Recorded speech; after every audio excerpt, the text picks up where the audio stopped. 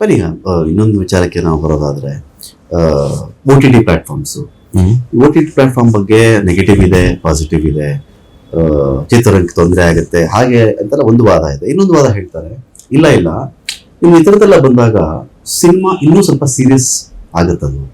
ಚೆನ್ನಾಗಿ ಮಾಡಿದ್ರೇನೆ theatre ನಿಲ್ಲೋದು. At least ನಾನು OTT ಮಾಡ್ತಿದ್ದೀನಿ ಅಂತ ಹೇಳಿದ್ರು ಕೂಡ ಅಲ್ಲಿ quality each and every seconds matter ಆಗುತ್ತೆ, ಲ್ಯಾಗ್ ಆಗಬಾರ್ದು. ಇದ್ರ ಬಗ್ಗೆ ನಿಮ್ಮ ಒಪಿನಿಯನ್? ಕರೆಕ್ಟ್ ಅಲ್ವಾ? ಒಳ್ಳೆ ಸಿನಿಮಾಗಳು ಬರೋದು ಒಳ್ಳೇದಲ್ವಾ? ಇಂಡಸ್ಟ್ರಿ ಚೇಂಜ್ ಆಗ್ತಿರೋದು ಒಳ್ಳೇದು, ಆಡಿಯನ್ಸ್ ನೋಡ್ತಿರೋ ದೃಷ್ಟಿ ಚೇಂಜ್ ಆಗ್ತಿದೆ ಒಳ್ಳೇದು. ಇನ್ನು ಎಷ್ಟು ದಿನ ಅಂತ ನೀವು ಹಳೆ ಕಾಲದ ಪಿಕ್ಚರ್ಗಳನ್ನ ಮಾಡ್ಕೊಂಡು ಏನೇನೋ ತರ ತೋರಿಸ್ಕೊಂಡು ಹೋಗ್ತೀನಿ ಅಂದ್ರೆ ಆಯ್ತದ? ಆಗಲ್ಲ. ಅವ್ರು ಮಾಡ್ಬಿಟ್ಟಿದ್ದಾರೆ.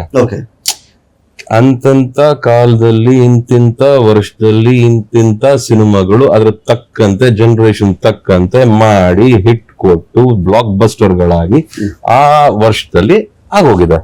ಈಗ ಮತ್ತೆ ನಾವು ಅಲ್ಲೇ ಹೋಗ್ಬಿಟ್ಟು ಮತ್ತೆ ಅದಕ್ಕಿಂತ ನಾನು ಜಾಸ್ತಿ ಸಾಧನೆ ಮಾಡ್ತೀನಿ ನಮ್ಮಂತ ದಡ್ರು ನೋಡಿಲ್ಲ. ದಿನ ಕಳೀತಿದ್ದಂಗೆ ಹೊಸ ದಿನ ಅಂತ ಬರ್ತಾ ಇರುತ್ತೆ. ಆ ಹೊಸ ದಿನಗಳಲ್ಲಿ ಹೊಸದಾಗಿ ಏನು ಮಾಡಬೇಕು ಅಂತ ಯೋಚನೆ ಮಾಡಿದಾಗ ಹೊಸ ಸಿನಿಮಾಗಳು ಬರುತ್ತೆ. ಕಾಂಪಿಟೇಷನ್ ಅಂದ್ರೆ ಹೌದು, ಕಾಂಪಿಟೇಷನ್ ಯಾಕೆ ಇರಬಾರ್ದು? ಇರಬೇಕು. ನಾವ್ ಕೊಟ್ಟಿದ್ದೇ ನೋಡಿ ಅನ್ನೋದಲ್ಲ ಆಡಿಯನ್ಸ್. ಇವತ್ತಿಗೆ ಕಂಪೇರ್ ಮಾಡ್ಬಿಡ್ತಾರೆ. ಒಳ್ಳೆ ಸಿನಿಮಾ ಕೊಡ್ತಿದೀವಿ. ಹಾಲಿವುಡ್ ಬೇಕಾ, ಬಾಲಿವುಡ್ ಬೇಕಾ, ತಮಿಳ್ ಬೇಕಾ, ಮಲಯಾಳ ಬೇಗ ಕಂಪ್ಯಾರಿಸನ್ ಶುರುವಾಗಿ ಇದು ಚೆನ್ನಾಗಿದ್ಯಾ ಚೆನ್ನಾಗಿಲ್ವಾ ವಿತಿನ್ ಸೆಕೆಂಡ್ಸ್ ಅಲ್ಲಿ. It's good Ramakant, it's really good. ಆ ಕಾಂಪಿಟೇಷನ್ ಇರಬೇಕು. ನಾವು ಬೆಳೀತಾ ಇದೀವಿ. ಸಿನಿಮಾ ಇಂಡಸ್ಟ್ರಿ ಇನ್ನೂ ಅಚ್ಚುಕಟ್ಟಾಗಿ ಬೆಳೀತಾ ಇದೆ. 90s 80s 90s ಅಲ್ಲೆಲ್ಲ ಒಂದ್ ದೊಡ್ಡ ಹಾಲಿವುಡ್ ಫಿಲ್ಮ್ ನ ನೋಡ್ಬೇಕಂದ್ರೆ ಕಾಯ್ಬೇಕಾಗಿತ್ತು. ಕ್ಯಾಸೆಟ್ ಬರೋವರೆಗೂ, CD ಆಮೇಲೆ ಬಂತು. ಅದನ್ನ ನೋಡೋದು ಹೇಗೆ, ಅಥವಾ ಅಲ್ಲೇ ಆ ದೇಶದಲ್ಲೇ ಹೋಗ್ಬೇಕಾಗಿತ್ತು. ಲಾಟ್ ಆಫ್ ಕಾಂಪ್ಲಿಕೇಶನ್ಸ್ ದೋಸ್. ಅಥವಾ ರಿಲೀಸ್ ಆದ್ಮೇಲೆ ತುಂಬಾ ದಿನಗಳಾದ್ಮೇಲೆ ರಿಲೀಸ್ ಆಗೋದು. ಇವತ್ತು ಹಾಗಲ್ವಲ್ಲ. ಇವಾಗ ರಿಲೀಸ್ ಆದ್ರೆ ಇನ್ನೊಂದ್ 1 hour 2 hours ಅಲ್ಲಿ ರಿಪೋರ್ಟ್ ಆಚೆ ಬರುತ್ತೆ. ಯಾರನ್ನು ಬಿಡ್ತಾ ಇಲ್ಲ ಇವತ್ತು. ಒಳ್ಳೆ ಪಿಕ್ಚರೇ ಮಾಡ್ಬೇಕು ಅನ್ನೋ ಒಂದು ಫಾರ್ಮ್ಯಾಟ್ ಬಂದ್ಬಿಟ್ಟಿದೆ. ಅದನ್ನ ಎಲ್ರು ಮಾಡ್ಲೇಬೇಕು, ಮಾಡ್ತೀರ್ಲೇಬೇಕು. ದೇರ್ ಇಸ್ ನೋ ಯಾರು ಬಂದ್ಬಿಟ್ಟು ಬಿಡುಗರು ಏನೋ ನಮ್ ಬಾಸು, ನಮ್ ಗುರುಗಳು, ಏನೋ ನಮ್ ಹೀರೋ, ನಮ್ ಸ್ಟಾರ್ ಏನೋ ಮಾಡೋರೆ ನಾನು ನೋಡ್ಬಿಡ್ತೀನಿ. ನೀನ್ ಯಾರೇ ಆಗಿರು, ನೀನ್ ಒಳ್ಳೆ ಸಿನಿಮಾ ಕೊಟ್ರೆ ಮಾತ್ರ ನಾನು ನೋಡ್ತೀನಿ ಅನ್ನೋ ದೇವ್ರುಗಳಾಗ್ಬಿಡೋರ ಆಡಿಯನ್ಸ್ ಇವತ್ತು. ತಪ್ಪಿಲ್ವಲ್ಲ? Industry is changing. ಓಪನ್ ಮಾಡ್ತು ಅಂದ್ರೆ ಯಾವ್ದೇ ಫಾರ್ಮ್ಯಾಟ್, ಯಾವ್ದೇ OTT ಕನ್ನಡ ಸಿನಿಮಾಗಳನ್ನ ತಗೊಳ್ಳಿ. ಒಳ್ಳೊಳ್ಳೆ ಕನ್ನಡ ಸಿನಿಮಾಗಳು ನೋಡಿದಾಗ ಎಷ್ಟು ಖುಷಿ ಆಗಲ್ಲ ನಮ್ಗೆ. ಒಳ್ಳೊಳ್ಳೆ ಸಿನಿಮಾಗಳನ್ನ ಮಾಡಿ ಏನು ಮಾಡಕ್ಕಾಗಲ್ಲ. ನಮ್ ಟೈಮ್ ಆಗಿದೆ ಇವತ್ತು. ಅಂದ ಕಾಲದಲ್ಲಿ ಬಹಳ ಚೆನ್ನಾಗಿತ್ತು. ಏನೋ ಮಾಡೋರು, ಒಂದೊಳ್ಳೆ ಸಿನಿಮಾಗಳು ಮಾಡೋರು, ಲಿಮಿಟೆಡ್ ಮಾರ್ಕೆಟ್ ಇತ್ತು, ಲಿಮಿಟೆಡ್ ಆಡಿಯನ್ಸ್ ಇದ್ರು, ಓಕೆ ನಡೆಯೋದು. ಈಗ ಆಗಲ್ವಲ್ಲ. ಕರ್ನಾಟಕ ಸರಿಯಾಗಿದ್ರೆ ಪಕ್ಕದ ಸ್ಟೇಟ್ ಅಲ್ಲಿ ಎತ್ತಾಕಿದ್ರೆ, ಪಕ್ಕದ ಸ್ಟೇಟ್ ಎತ್ತಾಕಂದ್ರೆ ಇಂಡಿಯಾಲ್ ಎತ್ತಾಕಿದ್ರೆ, ಇಂಡಿಯಾ ಎಲ್ಲ ಇಷ್ಟಪಟ್ರೆ ಇಡೀ ವರ್ಲ್ಡ್ ನೋಡುತ್ತೆ. So the market is that big. ಮಾಡಿ, ತಪ್ಪಿಲ್ಲ. ಒಳ್ಳೊಳ್ಳೆ ಸಿನಿಮಾಗಳು ಮಾಡಿ. ಇದನ್ನ ನಾನು ಕೆಟ್ಟದ್ದು ಅನ್ನಲ್ಲ. ಈ OTT ಪ್ಲಾಟ್ಫಾರ್ಮ್ ಆಗಿ ಮತ್ತೊಂದು ಎಲ್ಲೋ ಒಂದ್ ಕಡೆ ಅಪ್ಡೇಟ್ ಅನ್ನೋ ವಿಚಾರ ಬಂದಾಗ ಸಿನಿಮಾ ಮೇಕಿಂಗ್ ಚೇಂಜ್ ಆಗಿದೆ. ಅದು ತುಂಬಾ ಒಳ್ಳೇದು ಅಂತ ನಾನು ಹೇಳಲಿಕ್ಕೆ ಇಷ್ಟಪಡ್ತೀನಿ. ಮಫ್ತಿ ಅಥವಾ ಉಗ್ರಂ ಒಂದು ಡಿಫ್ರೆಂಟ್ ಜಾನರ್ನ ಸಿನಿಮಾ. ಬಟ್ ಒಂದು ಚಿತ್ರರಂಗ ಅಥವಾ ಚಿತ್ರರಂಗವನ್ನು ನೋಡುವಂತಹ ರೀತಿನೇ ಈ ಎರಡು ಸಿನಿಮಾಗಳಿಂದ ಚೇಂಜ್ ಆಯ್ತಾ ಅಂತ. ಯಾವುದು? ಮಫ್ತಿ ಅಂಡ್ ಉಗ್ರಂ. ಒಂದು ಡಿಫ್ರೆಂಟ್ ಜಾನರ್ ಅದು. ಅಲ್ಲಿ ಆ ಥರದ್ದೆಲ್ಲ ಒಂದು ಇರ್ಲಿಲ್ಲ.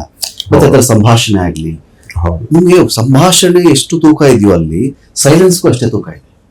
ಮಫ್ತಿಲಾಗ್ಲಿ ಅಥವಾ ಉಗ್ರಮಲ್ಲಾಗ್ಲಿ ತುಂಬಾ ಲಾಂಗ್ ಲೆಂತಿ ಡೈಲಾಗ್ಗಳೆಲ್ಲ ಇಲ್ಲ, ಚಿಕ್ಕದಾಗಿ ನಿಮ್ಗೆ ಇಷ್ಟು ಕೊಟ್ಟಿದ್ದೀನಿ ನಾನು, ಇನ್ನೂ ಬೇಕಿದ್ರೆ ಹೇಳು, ನನ್ ಕರಿ ಅಂತ ನೀವು ಹೇಳೋದು ಅಷ್ಟೇ. ಸಂದೇಶಗಳೆಲ್ಲ ಅದ್ರ ಬಗ್ಗೆ. Every 5-10 years the format of cinema changes. Every 5-10 years ನೀವು ಲೆಕ್ಕ ಹಾಕೊಂಡ್ ಬನ್ನಿ ಬೇಕಾರೆ 95 ಇಂದ ನಮ್ಗೆ 95 ಇಂದ ಸ್ವಲ್ಪ ಜ್ಞಾಪಕ, 90s ಇಂದಾನೆ ಲೆಕ್ಕ ಹಾಕೊಂಬಂದ್ರೆ ಎವ್ರಿ 5-10 years ಒಂದೊಂದು ಸಿನಿಮಾ ಒಂದೊಂದು ಇತಿಹಾಸ ಬರ್ದಿದೆ. ಒಂದೊಂದು ಸಿನಿಮಾ ಒಂದೊಂದು ಟ್ರೆಂಡ್ ಸೃಷ್ಟಿ ಮಾಡಿದೆ. ಮುಂಗಾರು ಬಳೆ, ಒಂದು ದುನಿಯಾ, ಒಂದು ಉಗ್ರಂ, ಒಂದು ಮಫ್ತಿ, KGF. ಸೊ ಯಾವಾಗ ಆಯ್ತಿದಲ್ಲ ಎಲ್ಲ in the span of 4-5 years ಆಗ್ತಾ ಇದೆ. ಸೊ ಹಾಗಾಗಿ ಆಡಿಯನ್ಸ್ ಏನ್ ಮಾಡ್ತಾ ಇದಾರೆ, ಒಂದು ಫಾರ್ಮ್ಯಾಟ್ ಆಫ್ ಸಿನಿಮಾ ಸಿಗ್ತದೆ. ಇದು ನನ್ನ ಅನಿಸಿಕೆ. ಐ ಡೋಂಟ್ ಸೇ ಇದು ರೆಗ್ಯುಲರ್ ಇದು ಅಂತ ಹೇಳ್ತಾ ಇಲ್ಲ, ನನ್ನ ಅನಿಸಿಕೆ. ಒಂದು ಪಿಕ್ಚರ್ ಚೆನ್ನಾಗಿದ್ದಾಗ ಒಂದು 5 ವರ್ಷಕ್ಕೆ ಲೈಫ್ ಇರುತ್ತೆ ನಿಮಗೆ.